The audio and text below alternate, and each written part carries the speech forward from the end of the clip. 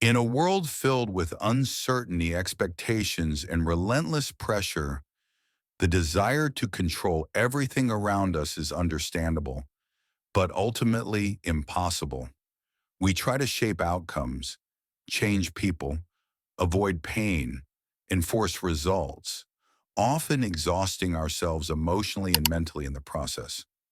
The result? Anxiety, frustration, burnout, a constant inner tension that robs us of peace. But what if the key to inner stability is not more control, but less? The ancient Stoics knew that serenity comes not from bending the world to our will, but from aligning our will with what the world offers. They taught that the only thing truly within our power is our own mind, our thoughts, our choices, our character. Everything else, fortune, fame, failure, even health, is external and beyond our total command. By focusing only on what we can control and letting go of what we can't, we reclaim our peace, our strength, and our freedom. In this story, we explore 7 daily Stoic reminders and habits that help us stay grounded in this truth. These aren't just ideas, they're practices, simple, powerful rituals that, if lived, can transform how you experience each day, no matter what happens. Let's begin. The foundation of Stoic thought rests on a simple yet profound idea. There are things we can control and things we cannot. This is known as the dichotomy of control, and it was the cornerstone of Epictetus's teachings. Some things are up to us, and some are not, he famously wrote. Internalizing this principle can dramatically shift how we engage with life. Every morning before the chaos of the day begins, take a moment to reflect. What is within my power today? What is not? Draw that line clearly in your mind. You can control your attitude, your effort, your intentions, your values, your discipline. You cannot control the weather, the behavior of others, traffic, the past, or unforeseen events. When you draw this line daily, you prevent your mind from wasting energy on what is outside your influence. You begin to act with purpose and clarity. You stop chasing illusions and start living with intention. Imagine 2 people facing the same crisis, a job loss. One spirals into anxiety, clinging to the need for certainty and control. The other acknowledges the loss, feels the pain, but focuses on what's next, updating their resume, applying to jobs, networking. The difference isn't in the event, it's in the mindset. The first wakes up each day battling reality. The second wakes up drawing the line, and then stepping into action where it matters. Let this habit anchor your mornings. Write it down if needed. Today I will focus only on what I can control. It may sound simple, but in practice, it's one of the most powerful disciplines you can develop. When you live by this principle, peace becomes possible. Clarity returns. You learn to move with life, not against it. And most importantly, you start to lead yourself instead of being led by fear or frustration. Amor Fati translates to love of fate. It's not just acceptance of events, but a deep embrace of them, because they happened, not in spite of it. This Stoic habit challenges the human tendency to resist, complain, or wish things were different. Instead, it invites us to see every experience, pleasant or painful, as necessary. Do not seek for things to happen the way you want them to, Epictetus advised. Rather, want them to happen as they do happen, and your life will go well. This mindset doesn't mean passivity, it means courage. It means looking at hardship and saying, this too belongs in my story. Practicing Amor Fati daily involves reframing setbacks as stepping stones. When something goes wrong, a plan falls apart, a person disappoints you, Life delivers a blow. Pause and say, Amor Fati. Don't just endure the event. Appreciate its role in your growth. This habit rewires your response. Instead of spiraling into frustration, you become curious. What is this here to teach me? How can this shape me for the better? Consider Marcus Aurelius, writing in his journal as Emperor of Rome amid plagues, war, and betrayal. The impediment to action advances action. What stands in the way becomes the way. These weren't just poetic lines. They were daily practices, stoic reminders to love the path, not just when it's smooth, but especially when it's rough. Loving fate doesn't mean everything that happens is good. It means everything that happens can be used for good if you respond with wisdom. Each morning, before the day begins, remind yourself, whatever happens today, I will not resist it. I will use it. This simple shift turns life into your ally. You stop wishing for a different reality and start working with the one you have. When you truly live Amor Fati, nothing can defeat you, because you've already decided everything that comes will be fuel for your fire. At first glance, it may seem dark or even morbid, but to the Stoic, Memento Mori, remember you must die, is not a depressing idea. It's a liberating one. Why? Because remembering that life is short clarifies what really matters. It cuts through the noise. It makes today precious. It helps you let go of trivial worries, grudges, and attempts to control the uncontrollable. Seneca put it bluntly, you are scared of dying, and tell me, is the kind of life you lead really any different than being dead? For the Stoics, the problem wasn't death, it was forgetting we'll die. When we live as if we're immortal, we postpone joy, avoid hard conversations, waste time on distractions, and obsess over things we cannot change. But when we hold death in mind, we live with urgency, focus, and appreciation. Each morning, remind yourself, today could be my last. How do I want to show up? This isn't morbid, it's motivational. It shifts your perspective. You stop trying to control other people's opinions, because in the grand scheme, they don't matter. You stop stressing over perfection, because time is too short. You become more loving, more present, more intentional. Imagine carrying a small token in your pocket, a coin, a stone, a bracelet, with the words Memento Mori. Each time you touch it, you remember. This moment counts. This conversation matters. This choice is shaping your legacy. Memento Mori is the ultimate Stoic equalizer. Rich or poor, powerful or unknown, we all face the same end. But how we live before that end, that's where control returns. Don't fear the end. Fear a life unlived. And let the awareness of death sharpen your love of life. Stoicism teaches us that most of our emotional suffering doesn't come from what's happening right now. It comes from our thoughts about what happened yesterday or what might happen tomorrow. Anxiety lives in the future. Regret lives in the past. But peace lives in the present.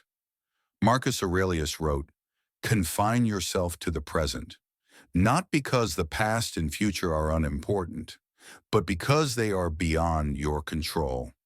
You cannot undo what has already been done. You cannot force what is yet to come. You can only act well now.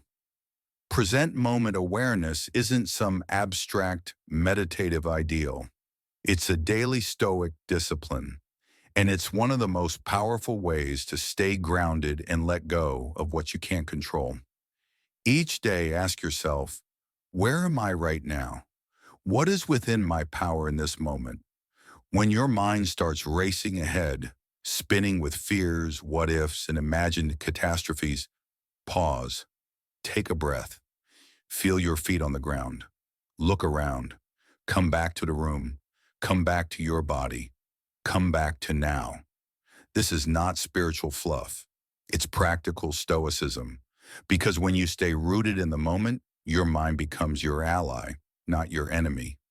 You stop catastrophizing. You stop trying to control outcomes. You focus instead on actions. Train this habit like a muscle. When stress hits, use it as your cue. Return to the present. When you're stuck in traffic at the dentist, during a tough conversation, return to now. This moment is always manageable. Reality is rarely as bad as your imagination. The Stoics weren't emotionless. They were emotionally masterful because they practiced presence. And presence gives you a powerful gift: response over reaction, clarity over chaos. Make this your mantra. Only this moment is mine.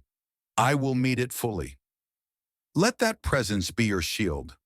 Let it remind you, control is found not in forcing the world, but in owning your awareness. Life is unpredictable. Plans will fall apart. People will disappoint you. Events will shake your foundation. And yet the Stoics teach, nothing is inherently bad or good. It is our judgment that makes it so.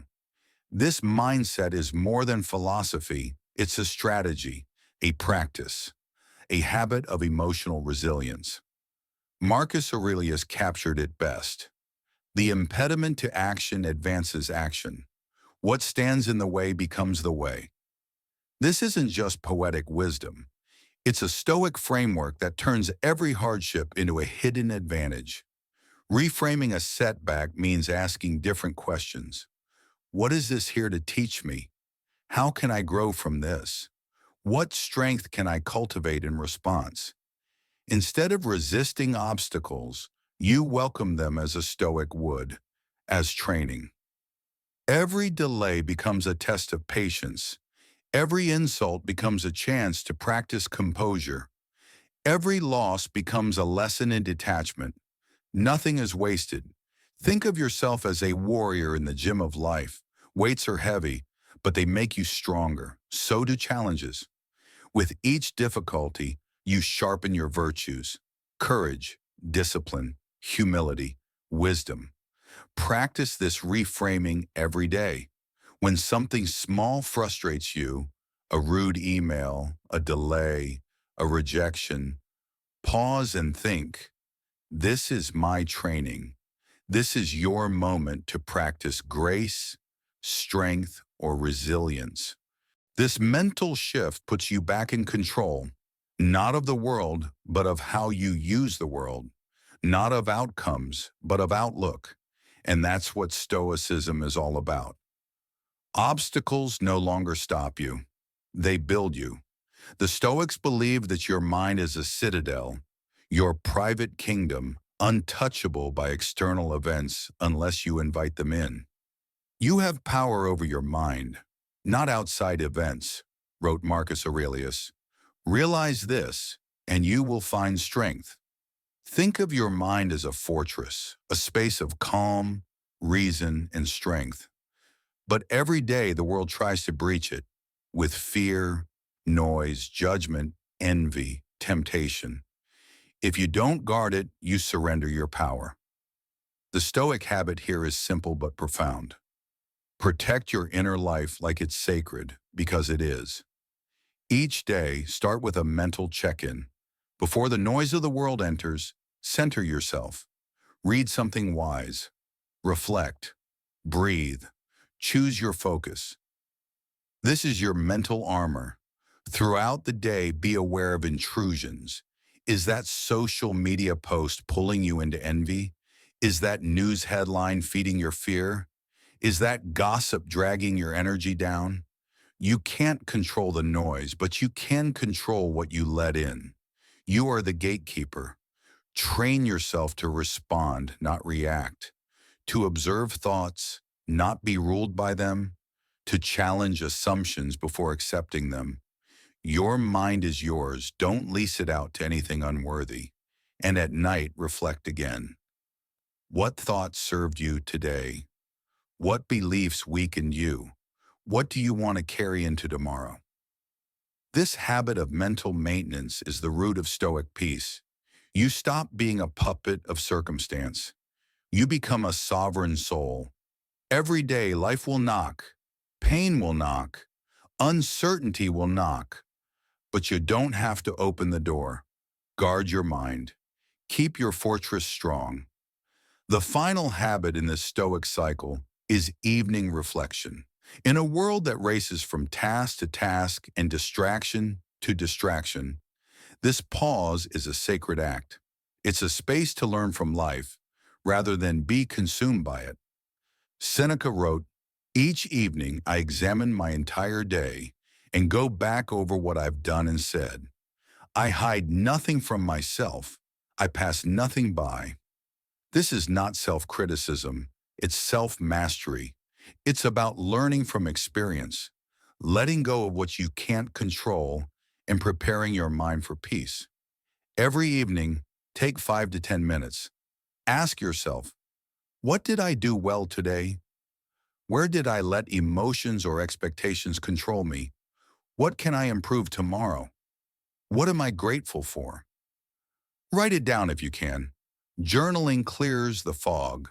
It helps you process unresolved emotions. It allows you to forgive yourself and others. It ends your day with intention, not anxiety. This habit becomes a daily closing of mental tabs.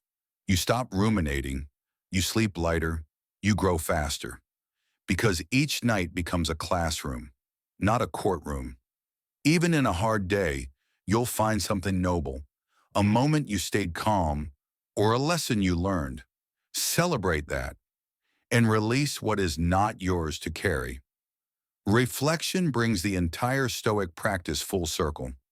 It helps you let go of control, of perfectionism, of ego. It grounds you again in the only place you have influence, your own character.